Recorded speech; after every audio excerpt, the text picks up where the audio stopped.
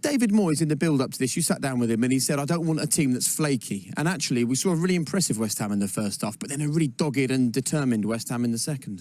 That is the opposite of flaky. That was determined. That was they were dogged, like you said. They dug in. They pulling in. Yarmolenko chasing back here. He didn't when he come on. They looked together. And that's all while losing Antonio, arguably the most important player. I thought it was an outstanding defensive performance. Something where you're looking at that as David Moyes. With the start of the season they've had, you think to yourself, right, we've got a right chance this year because we've got a platform now to build on. And it's an outstanding second half defensive display from West Ham.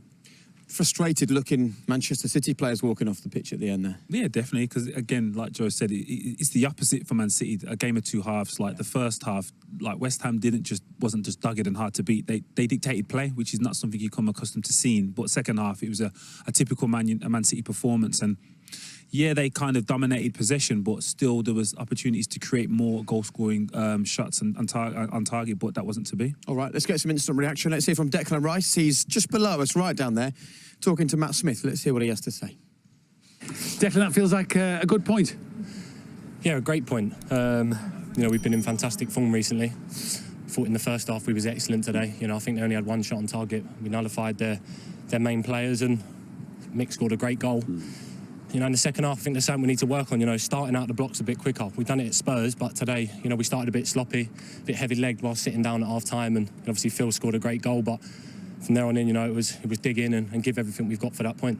And as much as you know that, when it's Man City and the way they play, it gets harder. That last 20 minutes must be pretty tiring. Yeah, definitely, especially when they're, a possession-based team. They've got so many options to pass to, and obviously we're trying our best to cover the lines and get up to people, and I don't know when they bring De Bruyne on with 25 to go. So, yeah, I thought the lads were excellent. The way we stayed switched on all game, and yeah, we was brilliant. Do you feel like there's something being progressed towards a better outcome? And you think about the barometer of Man City. Only a year ago you were getting pretty heavily beaten. Yeah. I think the last 3 or 4 times they've played it, they've scored 4 or 5 every time. So it shows that, we're building something. The manager's been brilliant. The backroom staff, when they took over for the games, have been outstanding as well. I think we found a formation that suits our players. We're working hard for each other. We're giving everything for each other.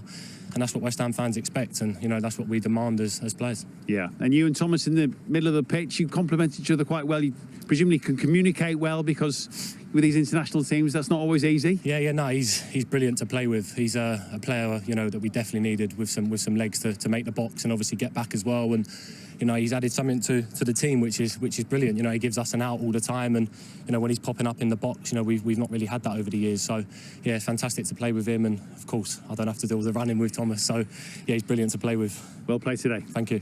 Appreciate it. God, they almost won it, didn't they, at the end there? For the first time this season in the Premier League, Phil Foden didn't start the game. He came on, he made his point, he won a point. He's now with Matt. Phil, is that a good point in the end or not? No, obviously not. We would like to get the 3 points today. But I think we played very well and controlled most of the game, so I think we're going to be disappointed not to get the win today. But yeah, we're not a team who will sulk a lot, We'll probably get over it by tomorrow and try and work on things that we can improve and go next game. What were the instructions to you from the boss at half-time? Because you made a good impact. Yeah, just try to be lively, come on and make a difference, and yeah, I tried to do that. And obviously I got the goal, and yeah, it's unfortunate we couldn't get the second. But yeah, when another day, Raz finished his chances and Riyad, so yeah. Yeah, I mean, they're obviously sitting quite deep. That's their game plan. You played a bit quicker second half. Was that better? Yeah, definitely. I think we came out second half playing a lot quicker, like you said, and playing more aggressive. And yeah, I think we need to just work on finishing more chances, and we should be okay. Yeah, first half, I mean, obviously you were on the side watching, but whether that's the amount of games that are coming thick and fast at the moment and their game plan, it was hard work. Yeah, I think we started slow in the first half. We weren't passing quick enough around the back, and we didn't have good tempo. But I think the manager spoke well at half time, and we came out in the second half playing much better football. Maybe more of the chances need to fall to you. You're in the goals in recent weeks, outings. Yeah, I always like to get into the box and arrive there. Yeah, I enjoy scoring goals, so I'm going to try and continue that form. Yeah, and nice, obviously, you've had, I suppose, it's fair to say, a difficult few weeks. We've had a strange few weeks, obviously, not being involved with England, so nice to just be back on a pitch playing football. Yeah, definitely, it's nice to be playing as much as possible. you know, because I love this club and I love playing for him. So yeah, I enjoy it. Well done today. Thank you. Yeah, he's a young man who wants us to just be talking about his football, and if he carries on coming on to matches and changing them like that, we will be.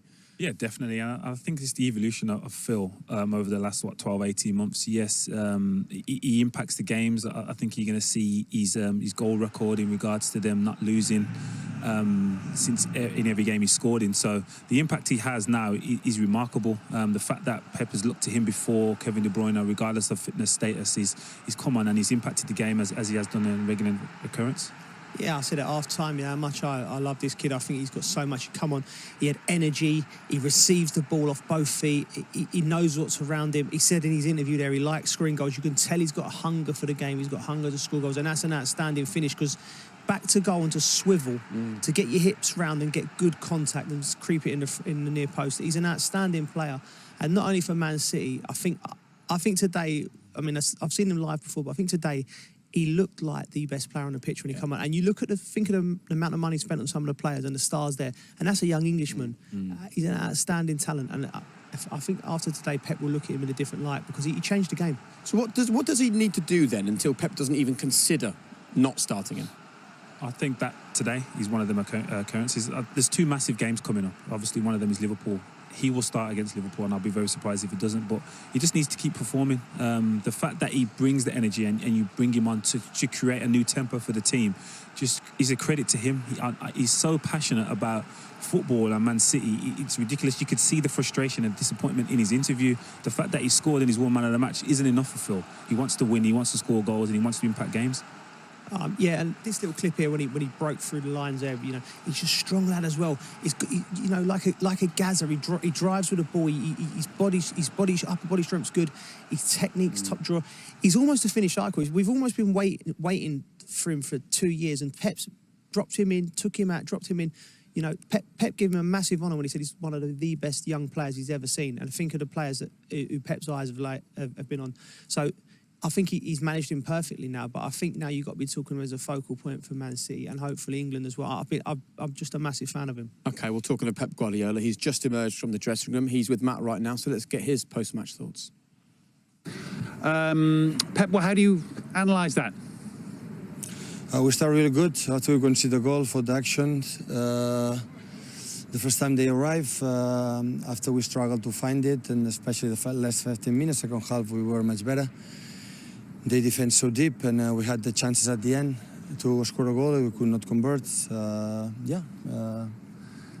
Period to struggle together for the problems that we have, and move forward. Was it the goal that changed the game? Because you started well, but then after they'd scored, it felt like it was a struggle for you. No, I think we didn't play bad except the last 10 minutes, the first half.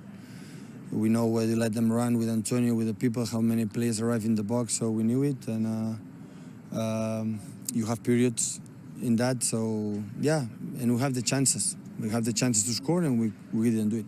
Second half, you had more intensity, more speed in your play. That felt like it from the sidelines? Well, we start really well, so that means that we were ready from the beginning. Yeah, and Sergio coming off, is that a physical problem or? Injured. He's injured again? With the same problem or? No. A different problem? A serious problem you don't know? I don't know. You don't? Okay. And the change at the end with Zinchenko coming on and Cancelo had a very good game on the left. Again, was that tactical or was Kyle a problem or? No, it was to have a left foot in left, a right foot in right. That was the reason why, because in left we go inside with the right, they have problems to lose that balls. We need a player more with the left. And they're a difficult team, West Ham, to play against. Yeah, always. All the teams they are. All the teams? All the teams in Premier League are difficult, yeah. Yeah, but they're in a good moment. They gave you some headaches today. Yeah, they make a good first half, yeah. Yeah, yeah. And you have to rotate, I guess. Phil came on and gave you something extra today. Yeah, it's not just his goal. As always, he gave us something extra, yeah. One of the good players, one of the young players that will offer things to your team. Yes. Thank you. You're welcome. Yeah. Well done, Matt. I think sometimes you can tell how frustrated someone is, not by what they do say, but by what they don't say. There was more questions than answers there. Yeah, definitely, obviously, and he's got the right to be frustrated in regards to the performance. But West Ham have earned a point today. They wouldn't come here and they played deep. You expect that because Man City dominate possession in most games, so you can't expect teams to go toe for toe against Man City. You come in here expecting it to be a deep performance from West Ham, and it's your job to kind of create more opportunities. You've both just been singing Phil Foden's praises. They'll need Phil Foden. They will need Raheem Sterling. They'll need Ferran Torres, because if Aguero is out for any length of time, that's another blow to them in a period where they've struggled. You know, their points record isn't what it used to be. I know, and I think it goes back. We were talking before. He's never really dealt, I don't think, in the last 18 months with the two centre halves. Hopefully, Diaz can come in and be that player, get Laporte fit. But Aguero's going to be a big miss for him. Today, he looked off it. You know, Pep said there he had an injury. He looked like he might have been one of them. You know, when you're coming back from injury and you're carrying something, but you're so desperate to play and you try and you try and do it. But he didn't look right today, Aguero.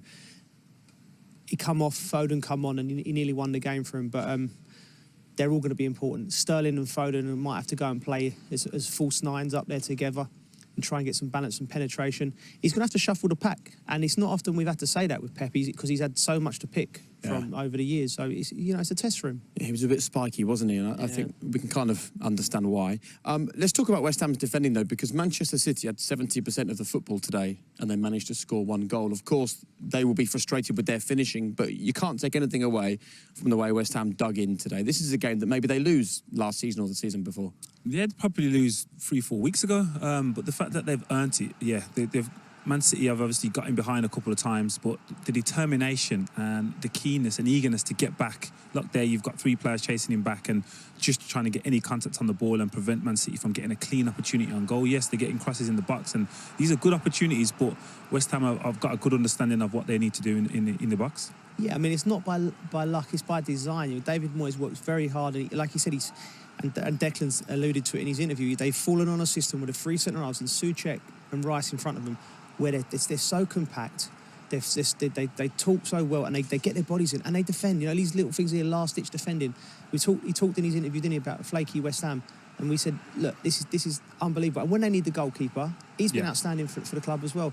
So there's a base there. There's an organisation, and look how frustrated Pep is with that. And he was reluctant to give West Ham criticism credit today, but I think when he sits back and it calms down a bit, I think he'll say, listen, they defended well. Yeah, but on another day, Man City do score more goals. I think that the Raheem Sterling chance there that Phil touched on, and Mahrez chance opportunity at the end, I think better touches create better opportunities for them to get clean strikes. So it was unfortunate they didn't score more goals, but West Ham done well. And we will give West Ham credit, because it's not just about picking up a good point against Manchester City today.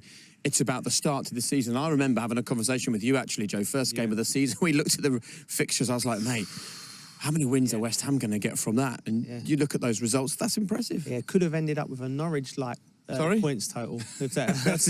No, we looked at that, and when I first... actually no need for that. Yeah. Sorry, mate. I know I'll get you back sometime. But no, we looked at them first games, and you're wincing almost as a West Ham fans would be. But they've done so well to get points on the board. Fantastic results against Leicester and Wolves, points against Spurs and Man City. Yeah. You know, now you got to kick on now. Yeah, and without Antonio, it might be a little change. That's an important thing, because you both took a really close look at their game plan in the build-up. But we saw today that game plan kind of goes out the window a little bit when you lose Antonio. Yeah, definitely, because the fact that you have to play so deep, you have to isolate a striker, and then obviously you get it up front, and then you've got players like Bowen that can just take the ball for a run and just relieve pressure like a valve, really, and then just take it up there, not looking to get across in the box, but just looking to keep possession and get possession in the final third of Man City. Yeah, I mean, that's what it was when it was stay stoic, stay strong, stay together. Then you get it to Bowen, you get it to Antonio. They've emerged as crucial players within this system, and Bowen run himself ragged today, so he ran his race. Antonio got an injury, and when they came off, West Ham couldn't get out. So first half, they're excellent. Declan was reading the game. Yeah. You know, he's so well at this, exceptional positional play. You know, just not just his physicality, where and when he gets it. This is the Antonio injury. You know, you always run a risk with players like Antonio. They can always got a muscular injury, because everything's at 100% pace, isn't it? And I think that could be a pivotal role. It's going to be a challenge now for David and his coaching staff to find a way to play without him. Haller, you know, he's spent big money on him now. Now we need to step up. Now's his chance. Is he ready? Yeah, definitely. I just think it's a tougher process and game plan without them players that can just run in behind and do the willingness for the team that possibly goes unnoticed in terms of possession, but Haller would that's Antonio. He gets in behind. He stretches the back line and makes the ball being played where he wants it to feet, and then it just allows errors to occur and obviously teams to condense West Ham. And so much to build on now from here for David Moyes, isn't there?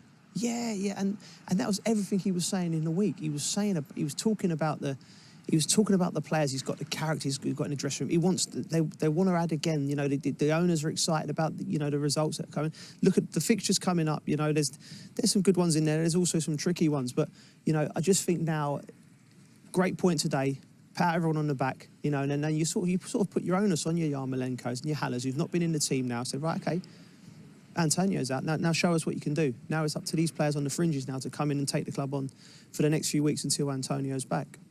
Very good. Look, I enjoyed your company today, Julian. Thank you you very much for being with us. Joe, I appreciate you being here as well. Just to remind you that is not it for BT Sport and Premier League football today. We've also got another match coming your way, which is on the pay-per-view service a little bit later on. That's Fulham up against Crystal Palace. That one's £14.95 on BT Sport box office if you want to get involved with that. And don't forget, Champions League football coming your way this week here on BT Sport, including a Manchester City side who toiled and struggled but couldn't break West Ham down today.